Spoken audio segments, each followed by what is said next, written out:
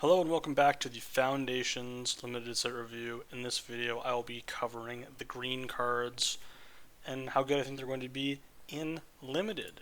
If you have not been here for one of the set review videos before, these are the 5 tiers I use to evaluate card strength. They're loosely based on, positions within packs that cards are picked. Here you can see sort of a brief overview of that. Feel free to take a look at it before we get started. And without further ado, we're just going to get started with Affectionate Indri. 5 and a green for a 4/4. When this creature enters, you may have it fight target creature you don't control. So, I've sort of hemmed and hawed about this card. I actually don't remember. I think this is a reprint. I didn't play the set. I think this is Ikoria maybe. I don't remember. I didn't play the. Oh no, it's Ravnik. I don't know. I didn't play the set that this was legal in the first time. If it is a reprint. It's one of those cards that looks pretty good to me, but it is 6 mana, and I just hate things that are 6 mana. So I think I'm gonna end up bumping it up just because it is gonna hit a lot of stuff in the format. It's gonna be pretty big. It's reminiscent somewhat of Back for More. This is kind of a Back for More type effect, and for that reason, I'm actually going to upgrade it. It's on the borderline between tier 2 and 3 for me. Again, the 6 mana, I don't like 6 mana cards. I just hate them. I'm a hater, okay? Call me a hater. But this, I think this is enough. It does impact the board immediately. It, is big enough that the fighting should be doing something, at least in most games. So, even though its value above replacement as a 6-drop is maybe not as high as, a premium 2, I still think you are going to want to take this somewhat highly in green. Even though green, do I ever believe in green?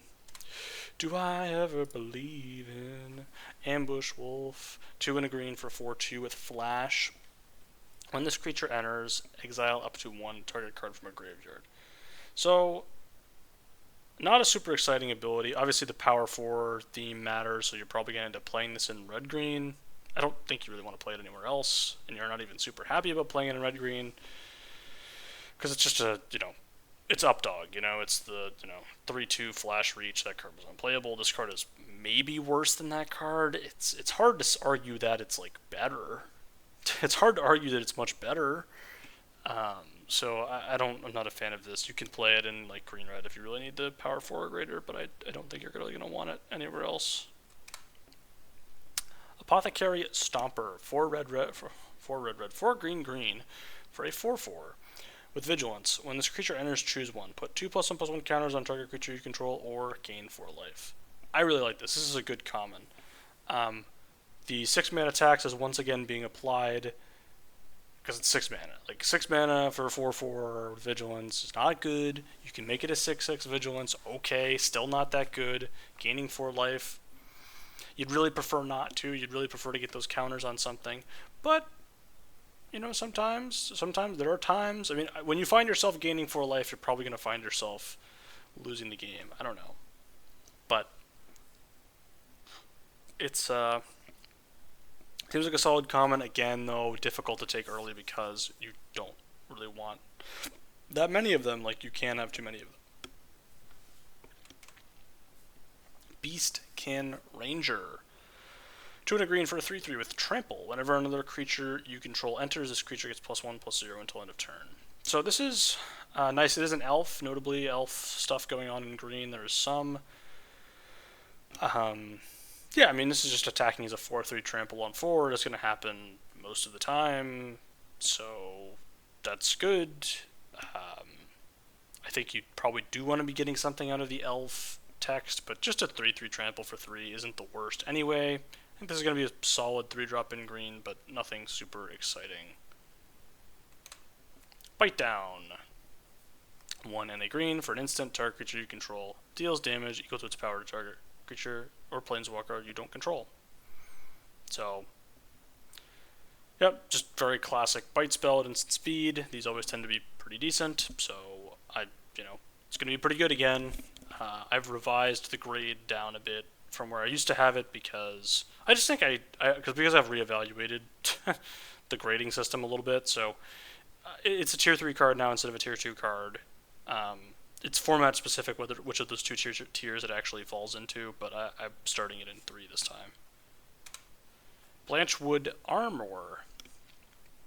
2 and a green for a aura enchantment. You can enchant a creature. Enchanted creature gets +1/+1 for each forest you control. So we had this in Brothers War. It was not very good, but like you could kind of make the thing work. I think that's going to be true again here. Like you can kind of do it. It's not really worth doing, but you can do it. That's, you know, just it being doable doesn't mean you should do it. But I don't think it's like a complete blank, but I also don't think it's something you should be trying to do. Specifically, is not playable in a 2-color deck. Like, do not play this in a 2-color deck. Broken Wings. 2 and a green for an instant. Destroy target artifact, enchantment, or creature with flying. It's a sideboard only card. There's just not enough of these to justify playing it in your main deck. That's about it. You just miss sometimes. Instant's nice, but you just miss too much. Bushwack. Single green mana for a sorcery. Choose 1. Search your library for a basic land card, reveal it, put it into your hand, and shuffle. Target creature you control. Target fights. Target creature you don't control.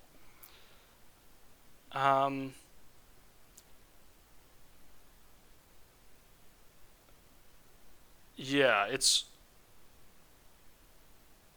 Yeah, I mean, like the thing about this in comparison to Bite Down is that you can replace a land with this, not a forest, but a land. You can replace a non-green land with Bushwack, and your first copy anyway. And that's actually a pretty powerful thing to be doing. So it is, especially in like best of 3, best of 1 with the hand smoother, it gets a little bit weird, but even there, it's probably still fine to do for 1 copy. So you can take it higher because of its value of replacement, but its actual value when you cast the card is not as strong, essentially. Cackling Prowler. 3 and a green for a 4/3 with Ward 2 with Morbid. At the beginning of your end step, if your creature died this turn, put a +1/+1 counter on this creature. It's like a Morbid card I kind of like. I mean, a 4/3 Ward 2 is kind of big. It's like the weirdest like Ward 2 of all time. Like I just really surprised they put it on this thing, but it really helps a lot. Like, yes, it still technically dies to a Braid, but it's going to cost 4 mana to kill it, and you kind of do have to kill it, because although Morbid maybe not the easiest thing to trigger, it is still something that does happen. And even without it, it's not the complete nightmare. You know, it is sort of a threat to grow a little bit. And I don't hate it. I really don't hate it. Doubling Season. 4 and a green for an enchantment. If an effect would create 1 or more tokens under your control, it creates twice that many tokens. Instead, yeah, I'm not going to read the rest of this card. It's a commander card. Don't play it. It's not good in limited. It's too much. It's too expensive to do nothing and then hope that this works. Dwynen's Elite. I don't know how to pronounce that. 1 and a green for a 2/2. When this enters, if you control another elf, create a 1/1 green elf warrior creature token. So like I talked about, there's some elf stuff going on. If you're doing the elf stuff, this works, but it's still kind of awkward because like your 1 mana elf is Lenor Elves, and then you want to be ramping into 3, not playing a 2 necessarily. So it's not going to trigger on 2 that often, but when it does, you're going to be kind of happy, but you're also going to be kind of sad because then you're not using your mana and you played like a land on like a second land on turn 1. So like it kind of all comes out in the wash to this not being that exciting for me. I could totally see this being good if the elf stuff works, but I just don't. I'm starting low on it because I just don't think it's really going to work that well. Dwynen, Guiltleaf, Dane. I can't speak. 2 green for a 3/4 with a reach. Other elf creatures you control get +1/+1. Whenever it attacks, you gain 1 life for each attacking elf you control. Yeah, I mean this is just really nice, like a solid 4 mana play. That's an elf lord. A lot of green's creatures are elves, so this is going to buff a lot of your creatures. Their, reach is nice. Gaining some life is nice when it attacks. It's always going to gain at least 1. So, yeah, I mean, it's just solid card, and I think it's going to do quite a bit for you. Eager Truffle Snout. 2 and a green for a 4/2 with trample. Whenever this deals combat damage to a player, create a food token. Not a super exciting 3-drop. It does have 4 power, notable. It does have trample, so it will probably make a food token when it dies a lot of the time, but it doesn't do it on blocks. I don't know, just not great. It's never exciting. There's nothing exciting about this card, but you can play it as your 3-drop, and that's kind of the extent of it. Elfsworn Giant. 3 green for a 5/3 with reach and landfall. Whenever a land you control enters, create a 1/1 green elf warrior creature token. So, the problem with this is that it is a 5-drop that's not going to do anything the turn you play it, unless you wait till turn 6, and then it's a 6-drop, which isn't that good. It only has 3 toughness. That scares me a lot. If this was like a 4/5 or a 5 or like a 4/4, I'd be like a little bit more interested. It's just the stats aren't distributed super well. When it works, it's gonna look pretty good. But I think I don't know, your lands turning into 1/1s is an upgrade, and it helps you still keep doing stuff. I just don't know, man. I just don't believe. I don't believe in the 5-drop, but I kind of hope it's good. Elvish Arch Druid. 1 green for a 2/2. Other elf creatures you control get +1/+1, and you can add a green mana for each elf you control. Again, I do sort of believe in the elf stuff in green. I think that if you're trying to draft close to a mono green deck, you can kind of do this elf stuff. This is only good there. You don't really want to play it anywhere else. The tier 2 grade is based on the concept that you don't play this outside of basically mono green. Or very heavy green, very heavy green. I should probably bump it down. I mean, it is just a mana elf too, but it buffs a bunch of your creatures. It's a lord, so I'm gonna leave it here. But you do really want to be more on the green side when you're playing this card, just because it's A, gonna make it easier to cast, and B, is actually gonna make its effects do something. Elvish Reg Growler. 2 green for a 4/3. When this creature enters, return target permanent from your graveyard to your hand. Not a ton of cards like this in the set with just straight up ETB, do the thing, get value. I actually think this is better than Eternal Witness would be in this set. Not than Eternal Witness necessarily, because Eternal Witness hits anything, but better than if this were a 3 mana 2/1, because the stats allow it to trade up better. You naturally want to play it a little bit later in the game, so you're not messing up your curve, and yeah, I think this is just really nice. Really nice, good card, good value engine. I think one of the better green uncommons. Felling Blow. 2 and a green for a sorcery. Put a 1/1 counter on a target creature you control, then that creature deals damage equal to its power to target creature an opponent controls. So we had this in Modern Horizons 3, and it was an instant. That card is very strong, but in MH3 context, it didn't, wasn't anything busted. In this format, that card would be super, super strong. This card is still going to be good, still going to be a strong card, good removal spell in green, because especially getting the counter forever is just really nice, and it sticks around, and you're definitely going to be happy with this. Garrick's Uprising. 2 and a green enchantment. When this enters, if you control a creature with power 4 or greater, draw a card. Creatures you control have trample. Whenever a creature you control with power 4 or greater, draw a card. I'm losing the plot. The brain is fried a bit. But yeah, Garrick's Uprising is a reprint. It just doesn't really work. You have to go down a card, and then so you play your first power 4 creature, you go even on cards, still not great. Then once you play your second one, you maybe go up on cards. Yes, if you have one in play already, you draw the card, but that doesn't happen that much because it's 3 mana, so it just doesn't really... It just is very awkward, and it's not really worth trying to do. So I would recommend not trying to do it. Genesis Wave. X, green, sorcery. Look at the top, reveal the top X cards of your library. You may put any number of permanent cards with mana value X or less from among them onto the battlefield, and then put all cards revealed this way that weren't put onto the battlefield into your graveyard. Yeah, so you just need to have a ton of mana to do this. To have it do anything, you probably need to be paying 4 for it to do anything, which is 7 total mana. not good, so don't try to make this work. It's just too expensive and doesn't do anything for 99% of the game. Galta, Primal Hunger, 10, green for a 12/12. The spell costs X less to cast, where X is the total power of creatures you control, and it has trample. So if you have, like, you know, 2 3/3s in play, it costs 6. That's kind of like a thing you can do. I don't think it's like super exciting. Again, it is very win-more. It's like, oh well, I already had this big board and now I can cast this creature. And it's like, oh well, I didn't have a big board, so I couldn't cast my creature. Now I lose. But if you go like 3 mana 4/2 into like 4 mana 4/4 4/3 or something, and to like play this on 5 for another 4 mana, it's pretty good. It's a big creature. It does still just die to hard removal.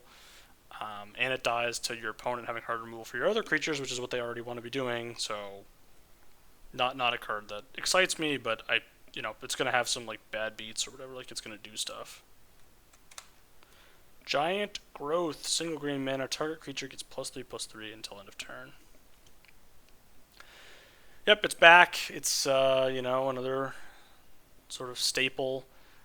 Tier 3 is kind of a hot take on this. I think, in a power level format of this capacity, Giant Growth, I think, should be doing pretty well. Does green want to be attacking? Maybe not. So there's that.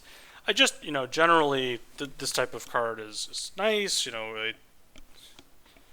Generally the rate is 1 mana for +2/+2. It is a little better than that. It's should be a fine card, not premium by any means, but I think you're just going to be pretty okay with having it in your deck. Gnarled Colony, 1 and a green for a 2/2 with Kicker for 2 and a green. If this creature was kicked, it enters with 2 +1/+1 counters on it. Each creature you control with a +1/+1 counter on it has trample. There's a lot of +1/+1 counter stuff going on in the set. It enables itself later on in the game. Not a ton to hate about this card. Not a ton to like about it either, because the rate on both sides is pretty bad. But the flexibility does sort of make up for that a bit. And I think you'll play this and be somewhat happy about it. Not happy, not thrilled, but like you'll be like, okay, well, I'm putting this card in my deck, and here it is, and it's like a thing I can do. Grow from the Ashes. 2 and a green for a sorcerer with Kicker for 2 colorless mana. Search your library for a basic land card, put it onto the battlefield, then shuffle. If the spell was kicked, instead search your library for 2 basic land cards, put them onto the battlefield, and then shuffle. It's just too expensive for ramp. Not a thing that limited can really support. You just die way too fast. If you ever kick this, you're probably dead already, and the front side isn't very good. Either it's bad fixing, there's better ways to fix, and just don't need to play this card. Inspiring Call. 2 and a green for an instant. Draw a card for each creature you control with a +1/+1 counter on it. Those creatures gain indestructible until end of turn. So I've put this in tier 5. I don't know if that's like real or not. I just didn't really want to think about like how the board state where this actually works. 3 mana. Like let's think about this. 3 mana, draw a card, give a creature indestructible until end of turn. Probably not very good. If that effect were 2 mana, it would probably be pretty good, actually. It isn't, and it only hits certain creatures. It obviously has high upside, where like it just completely blows your opponent out if every one of your creatures has a +1/+1 counter on it. You just draw 8 cards and win the game, but I don't know. How often is that going to happen? I think you could, like, if your deck was super in on this, you could play this as like one copy of it. As like a thing to do to just like reload. And like just get in a big attack. But it also just doesn't help enable itself in any way. And it's 3 mana. So if I'm wrong on this, I'm wrong, but I think, green-white maybe plays it, and that's probably about it at best. Lenor Elves. Single green mana for a 1/1 that taps for a green. So with limited, the cost of paying, making a mana elf in your deck is pretty significant. It's not like, Cube where or Constructed where you can, get the value back because the cards you're playing are so powerful. In Limited, a lot of times you're playing Centaur Coursers on 3, especially in this format, so it's not going to live up to its pedigree. Let's say that. Like, Lenor Elves in regular Limited is a fine card that is not super great. It's good in your opener, but even there, like, you don't just win every single game. You play it on turn 1. So you do need to have, like, a use for the mana in the mid to late game. Like, you really got to want it, and if you really want it, this card will help you get it. But yeah, it certainly is not busted by any means. Loot, Exuberant Explorer. 2 and a green for a 1/4. You may play an additional land on each of your turns. 4 green to tap. Look at the top 6 cards of your library. You may reveal a creature card with mana value less than or equal to the number of lands you control from among them and put it onto the battlefield. Put the rest on the bottom in a random order. So this is kind of nice, right? Like, it allows you to ramp a little bit. It's hard to, play 2 lands a turn more than once, really, in a game. And it's also hard for it to matter. There are spots where it matters, but a lot of times it just kind of doesn't matter that much. But I just kind of like that this is also just like a mana sink. Like, that you can just be like, okay, just going to start drawing an extra card, put it on the battlefield. Just start going, just start rocking here. Like, I think that's totally something that they can do. It can block pretty well as a 3-mana 1/4. It's not the best blocker on planet Earth, but it's pretty good. And again, in a format that I think is going to be a little bit slower, this should be performing decently. I think it's going to be not a blank, so I'm actually pretty high on it. Mild-Mannered Librarian. Single green mana for a 1/1. You can pay 3 and a green. This creature becomes a werewolf. Put 2 +1/+1 counters on it and draw a card. Activate only once. This is very reminiscent of Ecstatic Awakener from Midnight Hunt. That card costs 3 mana and sacrificed a creature to flip into a 4/4. I think that card is better than this card. That card would have been like a tier 2. It would be still a tier 2 in this format. It was just a very strong card. I expect this card to be worse than that card, but it's similar. It does similar things. It's a kind of nice 1-drop. I kind of like it. Like, I don't hate it. If it were an elf, I'd be like even more excited, because then like you have a turn 1 elf, and then you can like do stuff with that 2-drop maybe. But because it's a human, it's maybe not as exciting. Mossor Hydra, 2 and a green for a 0/0 with trample. It enters with a +1/+1 counter on it. And it has landfall. Whenever your land you control enters, double the number of +1/+1 counters on this creature. So obviously this is very small to start, but it can get out of hand pretty quick, right? So I think a lot of times you're going to play this on 4, play a land. It's a 2/2. Maybe you don't even bother because there's not that many deal 1s in this set, and there's like, if they're going to kill it, they're going to kill it with something that deals 2. So you probably should just run this out on turn 3, and if they're going to kill it, they're going to kill it. So yeah, I think that's a reasonable thing to do, is just play this on 3 and be like, well, if my opponent blows me out, fine, whatever. It's going to happen sometimes. But I think in the cases where that doesn't happen, in 2 turns this is a 4/4, and then it's going to just be, very large very quickly. If you have other ways to put counters on it, which there are plenty of, it has other ways to grow. I think this is just going to be pretty solid. I think it's going to be decent. Yeah, I just think it's going to be a solid card that grows into a pretty big threat pretty quickly, and your opponent is going to have to deal with it. Obviously leads to some bad case scenarios, like, that's just life, Needletooth Pack. 3 green for a 4/5 with Morbid. At the beginning of your end step, if a creature died this turn, put 2 +1/+1 counters on target creature you control. So it can target itself. 5 mana for a 4/5, not terrible, but this is a case of Morbid being pretty bad. And, in this set, against green decks, you're probably just not supposed to block that much. Like, with Morbid being a thing, like, Your opponent's still going to have to play this on 5, even if they attack you and you don't trade. So, yeah, it's going to be tough, and it does kind of just die. But I don't hate it. I think I actually am going to bump it up 1 tier here, just because it's not the worst thing ever, and it is kind of a threat. The problem is, I just think about the times it's by itself, and it's just like sitting there. But 2 counters is pretty big in the times that it does work. So for the upside cases, I'm going to improve its rating to a tier 3. I'm still not super excited, but I do think for the upside that it does provide, I think we're going to have to respect that a little bit. Nessi and Horn Beetle.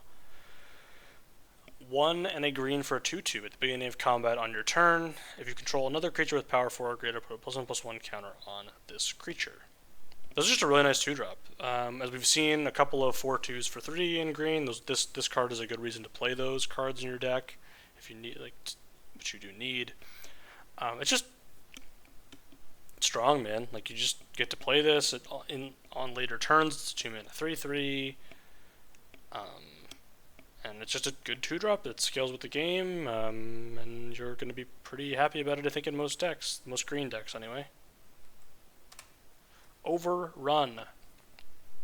2, green, sorcery. Creatures you control get +3/+3, and gain trample until end of turn.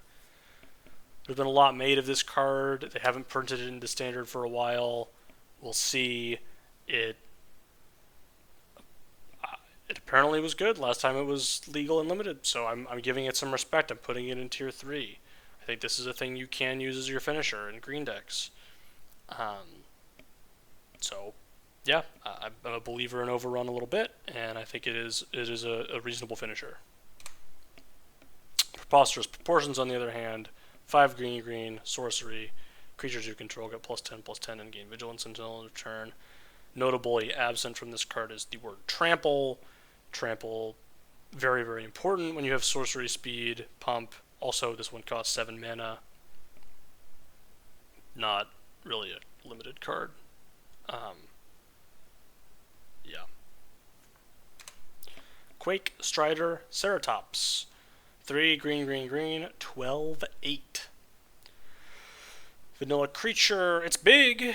It's large. I don't think it matters that it's large, but it sure is. Okay, so if I think I should, tier 5 is probably harsh because 6 mana for an 8/8. How bad is 6 mana for an 8/8? It's pretty dang big, dude. It is pretty dang big. All right, fine.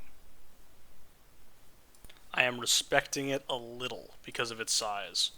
Not a lot, but a little. Okay? It's not a lot of respect, but I am going to respect it as just a 6 mana large guy that your opponent has to kill. I know it has no ETB. It's pretty bad. I don't think it's a good card, but I don't think it's a complete blank. So I am gonna put it into tier 4 instead of tier 5. High praise. Quilled Great Worm. 4 green for a 7/7.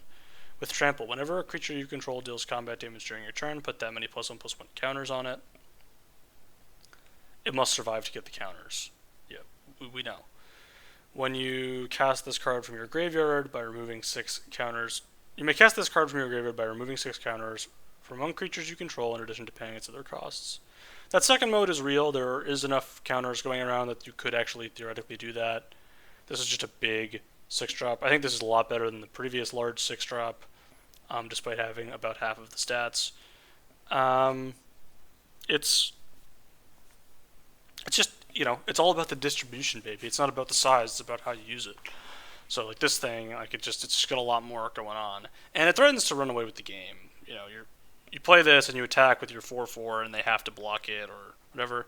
It notably works with itself, so if it survives a combat, it's going to be a 14/14. So pretty big. Basically have to kill it immediately or you lose. I like it a lot. The reason it's not in tier 1 is, again, the 6 mana tax. Maybe I'm being too harsh, but it does have almost no ETB for 6 mana. Reclamation Sage. 2 and a green for a 2/1 Elf Shaman. When this creature enters, you may destroy target artifact or enchantment. Clear sideboard card in this format. There's not enough of these in the main decks that you're going to be able to play this reliably and have it have a target. With no target, it is nothing. So it's not very good without a target. But out of the sideboard, it's going to be a decent card. Scavenging Ooze. 1 and a green for a 2/2. You can pay single green to exile target card from a graveyard. If it was a creature card, put a +1/+1 counter on this creature and you gain 1 life. So premium 2-drops are hard to come by in this format. This is one of them. It scales with the game. It can disrupt your opponent's game plan a bit. It also makes counters. Obviously on turn 2 it's not like just busted, and like maybe for that reason I should take it out of tier 1. But it just is going to threaten to be there for the whole game. Like, it's just going to sit around and grow and destroy your opponent's graveyard. And if anything trades off, this just gets to eat it. And like, I don't know. I really like this card. I think this is kind of a reason to be green for me. Snake Skin Veil. Single green mana for a instant. Put a +1/+1 counter on target creature you control. It gains hexproof until end of turn. Yeah, I mean, we've seen it. We just saw this. It's an uncommon. It actually got upshifted to uncommon. Wow, look at this. Hat tip to you, Snakeskin Veil, getting the preferential treatment here. Deserves it. Well deserved for Snakeskin Veil. It's a strong card, and this effect is always good, and it always tends to be a little underrated. But again, the in multiples part of it does tend to hurt it a bit. But because it's uncommon, it actually kind of solves that problem for you a bit. So I actually like this quite a bit. It's going to go in pretty much every one of your green decks, and it's going to be a decent card there. Spinner of Souls. 2 and a green for a 4/3 with reach. Whenever another non-token creature you control dies, you may reveal cards from the top of your library until you reveal a creature card. Put that card into your hand and the rest onto the bottom of your library in a random order. So first of all, 3 mana for a 4/3 reach is pretty big by itself. That's already a tier 2 card. It's just as huge. It's just as big. It has stats, like all that good stuff. Then this thing means that if you have ways to sacrifice creatures, or if you're getting like your opponent doesn't want to block your creatures, so you get extra face damage. Yeah, it just is going to be a good 3-drop and a really nice way to get some card advantage or threat of card advantage going. Sylvan Scavenging. 1 green enchantment at the beginning of your end step. Choose 1. Put a +1/+1 counter on target creature you control, or create a 3/3 green raccoon creature token if you control a creature with power 4 or greater. Yeah, so this is always going to be able to do something. If it ever makes like 1 raccoon, you just probably you're just so far ahead. That's not that hard to do. I mean, this just looks very strong to me. It just is going to take over the game and be really, really difficult for your opponent to deal with. It is dull pipped, but honestly, like, you don't have to play this on turn 3, and it's not even at its best on turn 3, so I'm not as concerned with the dull pip on this as some other cards would be that need to be in play on turn 3. This is not. It's obviously good on turn 3, but not necessary. Treetop Spinner. 3 and a green for a 1/4 with reach and death touch. And you can pay 2 and a green to put a +1/+1 counter on target creature you control. Activate only as a sorcery. I would really like this card if you could do that at instant speed. I can see why you can't, because that would be pretty obnoxious, but still a decent ability to have in the mid to late game. Just put some mana into that, and I mean, this thing blocks everything. Like, it's 4 toughness, it's got reach, it's got death touch. It's going to be really, really annoying to deal with, and I think for that reason it's going to be a solid card. I mean, you don't want to be putting it in like your beatdown decks, but I think that in most green decks you could find a way to play this. Vivian Reed. 3 green for a 5 loyalty planeswalker. +1. Look at the top 4 cards of your library. You may reveal a creature or land card from among them and put it in your hand. Put the rest on the bottom of your library in a random order. -3. Destroy target artifact, enchantment, or creature with flying. -8. You get an emblem with creatures you control. You get +2, and have vigilance, trample, and indestructible. Yeah, that +1's really good. You just get some card advantage for free. It takes up to 6. That's really hard to deal with in a lot of spots. In some spots, like your opponent has a problematic artifact, enchantment, creature with flying, you kill that. It's just strong. It's just a strong planeswalker. You can kind of build your deck around it a bit.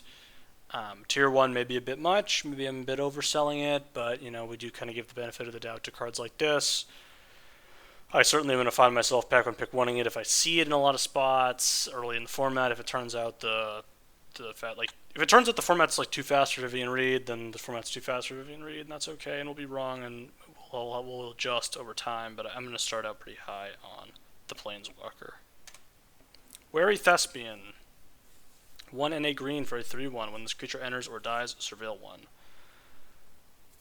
Yeah, I mean, reprint. We just had Wary Watchdog. It's essentially the same card. It's a reprint from SNC. It's been a tier 3 card in both of those formats. Very solid 2-drop. Very happy to play it. Nothing more, nothing less. And hard to find a deck that you're going to want to cut this from. Hard to find a deck where you're really going to want to prioritize it either. And the last green card, Wildwood Scourge. X and a green for a 0/0 that enters with X +1/+1 counters on it. Whenever one or more counters or +1/+1 counters are put on a non-Hydra creature you control, put a +1/+1 counter on this creature. So this is kind of a nice little scaling engine. It does grow with your other +1/+1 counter stuff. You kind of already want to do that. It's kind of cool. There are actually other Hydras, so like funnily enough, this not always just going to trigger on any other creature you control. I assume that's obviously because if it triggered with other Hydras, you could just have 2 of these in play and it would just go infinite with itself, but which would be kind of funny. But it doesn't. They sleuthed that one out. So didn't want you to be able to do infinitely large Hydra combos with this one. But I think it's kind of cool. The problem is up front you're always overpaying, right? Paying 2 mana for a 1/1, 3 mana for a 2/2, 4 mana for a 3/3, 5 mana for a 4/4. So those are all overpayments by a little bit. It gets progressively less of an overpayment the more mana you're sinking into it. But I do think there's a home for this. I don't think it's super exciting. I probably should bump it down a tier. But again, I kind of like the counter stuff. There's kind of a lot going on there. And this could be a decent piece there. Kind of somewhat reminiscent of the Midnight Hunt card that worked with Bargain, or not Bargain, freaking what is it called? I don't remember what it's called. I really don't. Yeah. Well, I actually think I am going to change this to be in tier.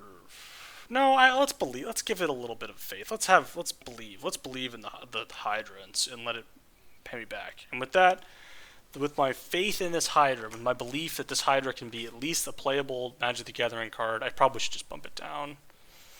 Oh, but I don't want to, because there's some +1/+1 counter stuff going on at all. Snakeskin Veil. Think of the Snakeskin Veil. And it grows. It's fine. And it's flexible. Okay, fine. We'll leave it in tier 3. With that, thank you for watching. Please go check out the other set reviews if you liked this. And there will be more in the future. See you next time.